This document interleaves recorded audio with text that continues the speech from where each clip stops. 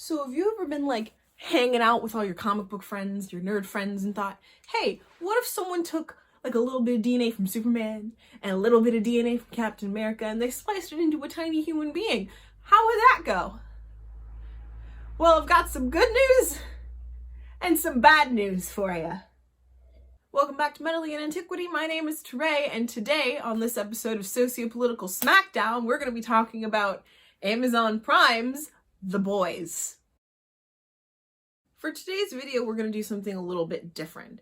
So, as opposed to me just focusing on the series, I'm going to be focusing on comparing and contrasting the show itself and all of the comics, because I think there's some really important mythos differences that need to be gone over in regards to what the show did differently and what the comics did when they were initially published. So now that that's over with, let's get into it. The Boys in the comics, both in the comics and in the show, starts out with Huey. He is our central character. In the show, he is played by Jack Quaid, who you will probably not recognize from Logan Lucky. I sure didn't. And in the comics, he looks like Simon Pegg, which is why Simon Pegg is in the show playing Huey's father. It's a tribute to the original comic book character of Wee Huey.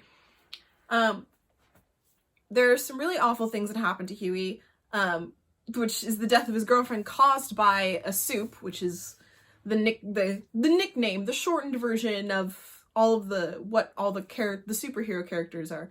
Well, superheroes. It's a very loose term. But it's extremely traumatic, and it's actually, interestingly enough, I think a little less jarring in the comics than it is in the show. It's a lot more sudden in the show. It's literally one of the first things that happens in the comics. But in the show, the way it's done is...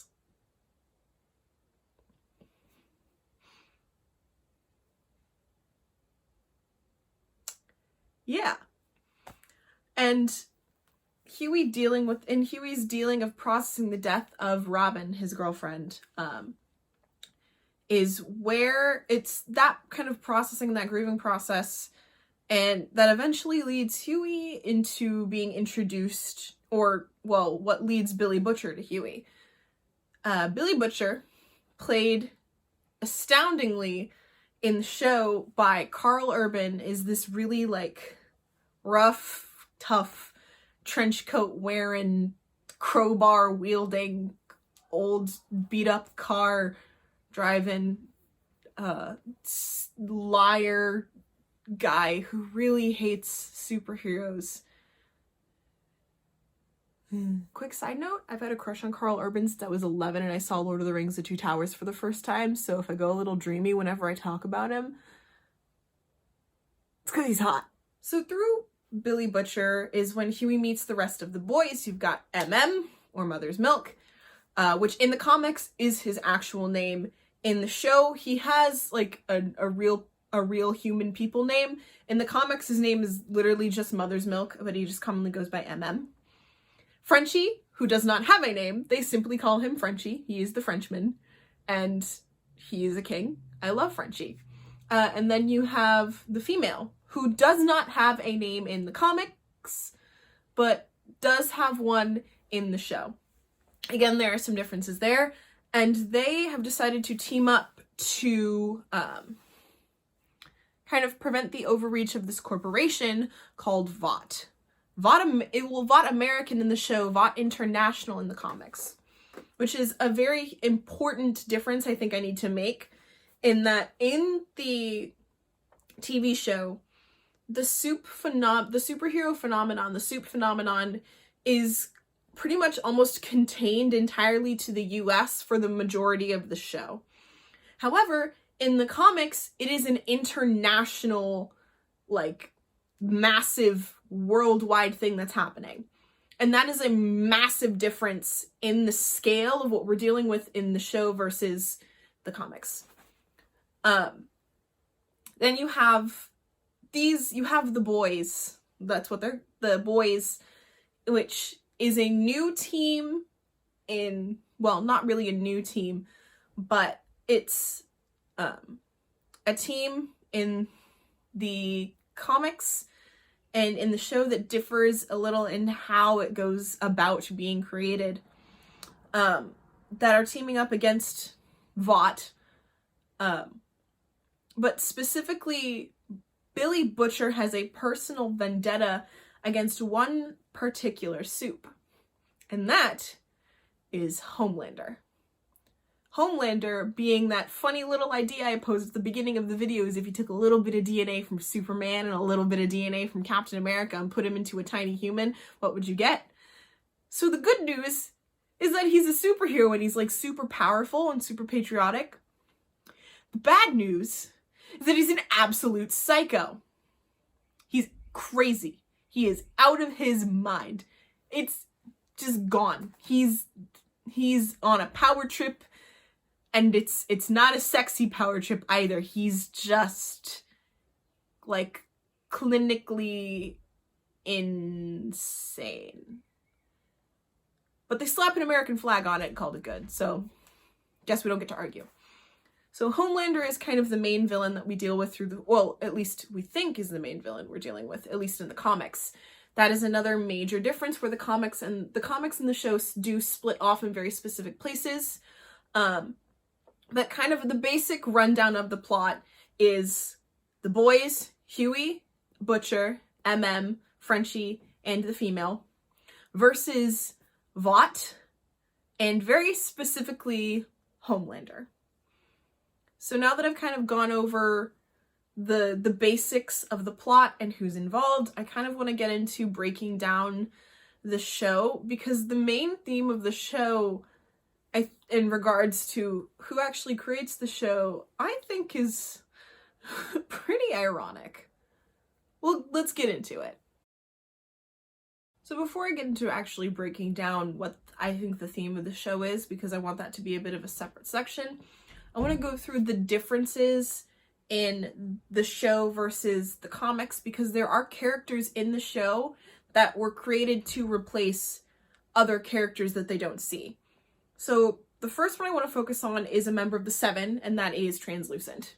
So in the comics, Translucent is not a character that exists. Translucent's slot is taken by a character, Jack from Jupiter, who is very, very obviously a runty little maggot who is made to make fun of Martian Manhunter.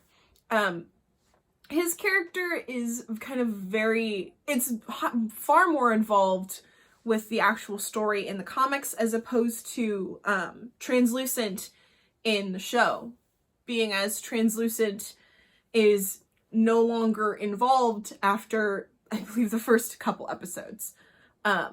Which kind of sucks, because I feel like Translucent was an underutilized character, and if they'd have kept him longer, they would have had more space to actually play with something similar to what they dealt with Jack from Jupiter in the comics. The next big one is Father versus Ezekiel. Now, they're very similar characters in that they're kind of representing Vought's involvement in the church and the church community, and how faithful and pious they are, and how much they love Jesus. However, the biggest difference is that Father and Ezekiel is gay. Those are the two huge things that they change. So in the show, you have Ezekiel, who is having to hide the fact that he is gay to avoid, essentially so Vought can get more money from the church. And you have Father, who has essentially a group of 13 children that he is around constantly, that he are essentially his disciples. Yeah, you can probably infer how well that works out. Those are kind of the two biggest differences. There is another difference. There are a lot of characters that are introduced that are queer in this show, which I really enjoy. Because you have Ezekiel and then you have Queen Maeve, who was one of the main members of the Seven, which is kind of this trifecta of the glory of the superheroes. Like they're the big Seven. They're essentially the Justice League or the Avengers of the superheroes.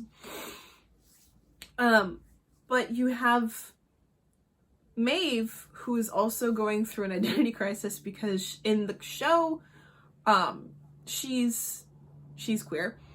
It's not really discussed whether she's a lesbian or bisexual, but one of her longest term relationships was with a woman, but Maeve is also dealing with a substance abuse problem. She is an alcoholic, and that is something that carried over from the comics. However, in the comics, Maeve is straight. And then there are kind of two other very big things that I want to get into, and that's kind of changes how these characters interact and changes the story. It's kind of one of the bigger diversions that happens in the show versus the comics, and that is Stillwell and Mallory. So in the comics, very similar to the show, you don't meet Mallory until the end. Mallory isn't introduced until close to the end, and Mallory is Butcher's mentor, both in the comics and in the show. However, very similar to how it was done in Hannibal, Mallory has been gender bent for the show. So in the comics, Greg Mallory is a man. In the show, Georgina Mallory is a woman. And they did the same thing with Stillwell, who in the comics is a dude that Homelander tries way too hard to impress. In the comics, or in the show, Madeline Stillwell is one of the main heads of Vought, also is Homelander's point person, and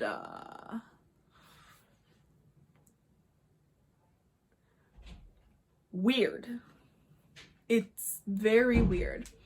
However, I think that it was an interesting decision because it does change how those characters interact, and I think that created a really cool dynamic between some of the other characters in the show, because you've got kind of these two really badass women who are on opposite sides and who neither of them are really good people. That's the interesting thing about the show. There's no one in either the show or the comics who's really 100% a good person.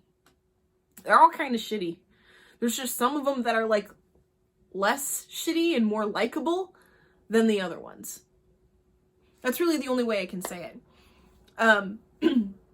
They also created a very different dynamic with the character The Deep, who, bless his stupid little heart, is named Kevin. And if Reddit exists in the universe for the show, I really hope there's at least one Vought employee who works with The Deep who just writes stories about him on the Stories About Kevin subreddit. I hope that's a thing. But The Deep's character is interesting because they give him alone a situation that actually involved 3 different characters in the show.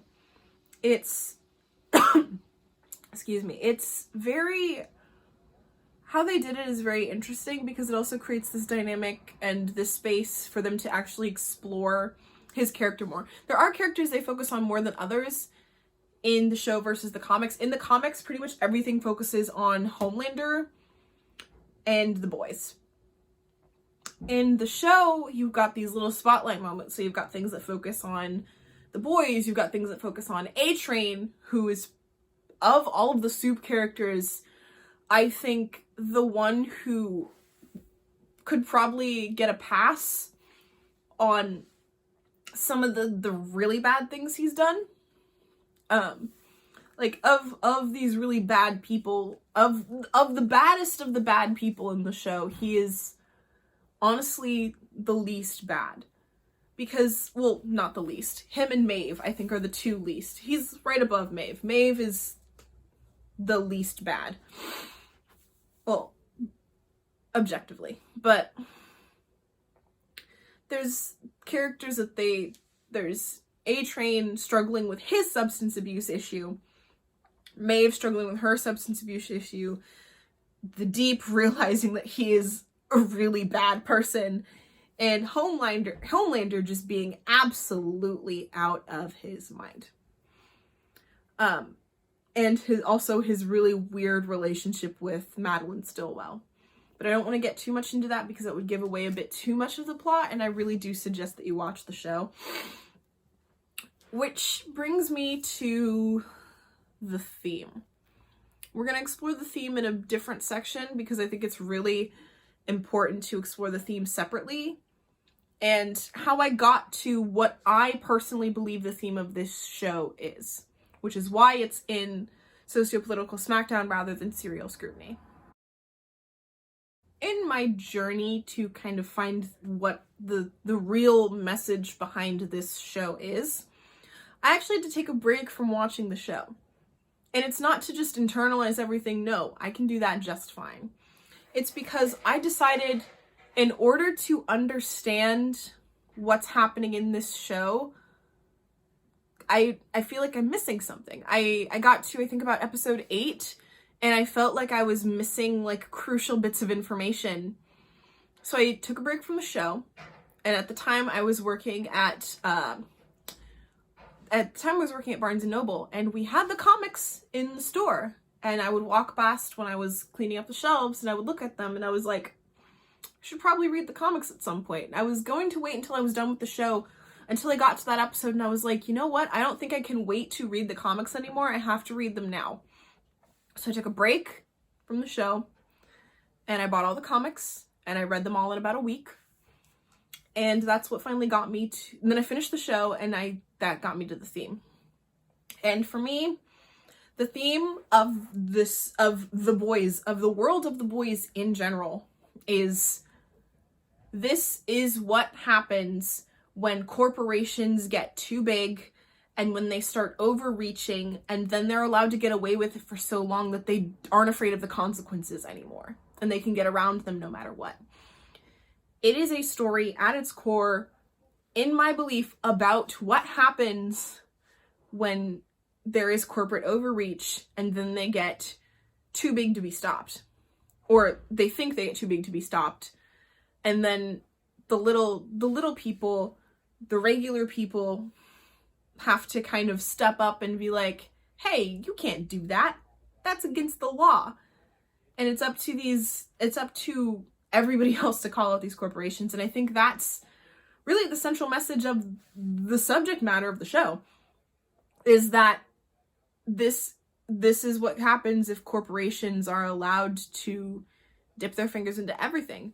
Because not only does the show talk about corporate corruption and the corruption of people who are responsible and doing the jobs and doing the dirty work for these corporations being corrupt, it's also talking about this corporate corruption flowing into every other facet of life, mainly the government, because one of the big plot lines in the show is that Vought is trying to put superheroes in the US Army, which is a huge overreach on behalf of a corporation, so much that they bribe several senators into voting yes on the bill that would put Supes in the army.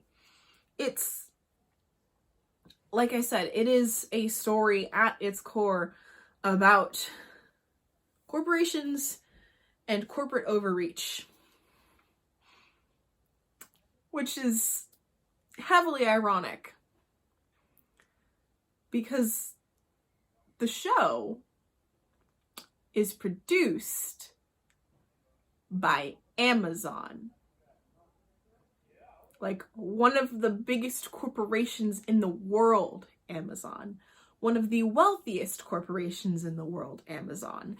Didn't pay any taxes last year, Amazon. Jeff Bezos, Amazon.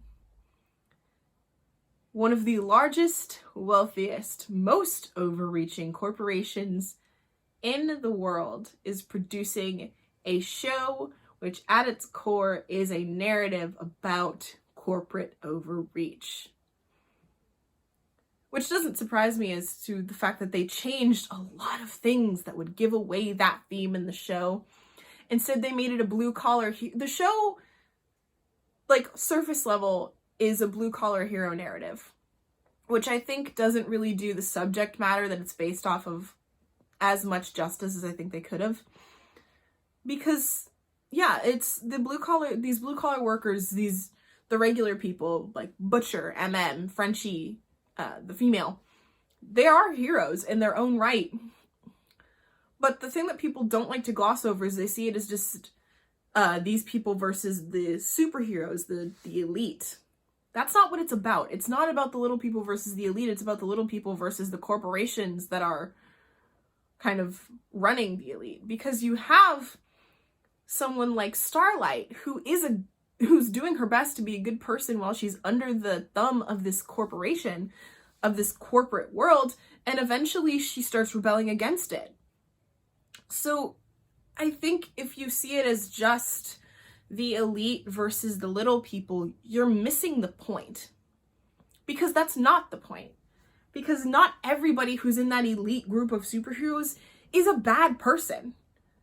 It's the corporation that they work for is the actual villain. They're the ones who are causing all of this. They are the elite people, the superheroes, the Supes are not the root cause of all of this, all of it.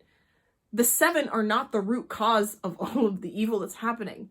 It started with Vought. And I think that's what people miss if they just look at the surface narrative of the boys versus the Supes. Because it's not the boys versus the Supes. It's the boys versus Vought. And I think that's a really important thing that you have to understand in regards to this narrative, which is why this is in Socio-Political Smackdown and not Serial Scrutiny. Because that very specific message means that if you're watching the show and you see it as, oh, the little people versus the elite, you're missing the point. Read the comics. That's really all I can say. If you don't see what I'm talking about in the show alone, then take a break from the show. Stop watching it. If you've started it, stop watching it. Find the comics, read them, and then go back to the show, and then you'll actually be able to see those little nuances that tell you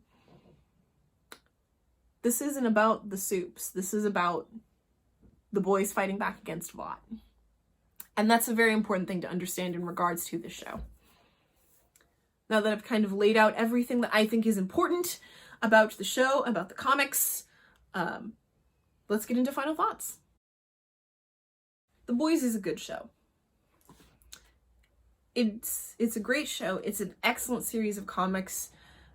And I think it's a really interesting narrative, especially now. I think it's a really important story to be telling.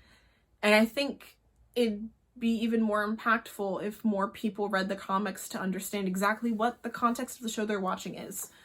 I think for this show, usually you don't have to, usually. Like with things like Jonathan Strange and Mr. Norrell, which I've already covered, you don't necessarily have to read the books to understand the context of the show, because there's a lot there that you don't need to understand. However, with The Boys, I think to really understand the point the show is trying to make, it is necessary to have the context that is explored in the comics to actually really understand and internalize and break down exactly what you're watching in your head. It's casted phenomenally. Jack Quaid is an excellent Huey. Carl Urban is great, as he always is. Years-long crush on him notwithstanding. Everyone is great. It's such an excellent show. And I think that the creators have done a fantastic job taking bits and pieces from the comics and changing just enough and incorporating just enough to make it a good show. However, I would for the next couple seasons, if there is more than a second season, I would like to actually explore kind of more of the mythos of Vought. Because like I said, in the comics, you go all the way back to the Vietnam War. In this show, all you have is what's happening now. So something I would really appreciate is going back a little bit further in Vought's history. And I think that would give a lot of people the context they're missing in regards to how they're seeing the show versus how I think the show and the source material is meant to be seen. All in all, I do recommend it. Like I said, the show is on Amazon Prime. If you don't want to watch it on Amazon Prime because you also hate Jeff Bezos and think he should be the first to go when we all eventually eat the rich, I'm sure you can find it somewhere else. Someone's put it somewhere. I do recommend the comics. They're really good. It's by the same people who made Preacher, so that it's not going to be bad, right? So that wraps us up for this episode of Socio-Political Smackdown, and I will see you all on Wednesday for One-Off Wonders.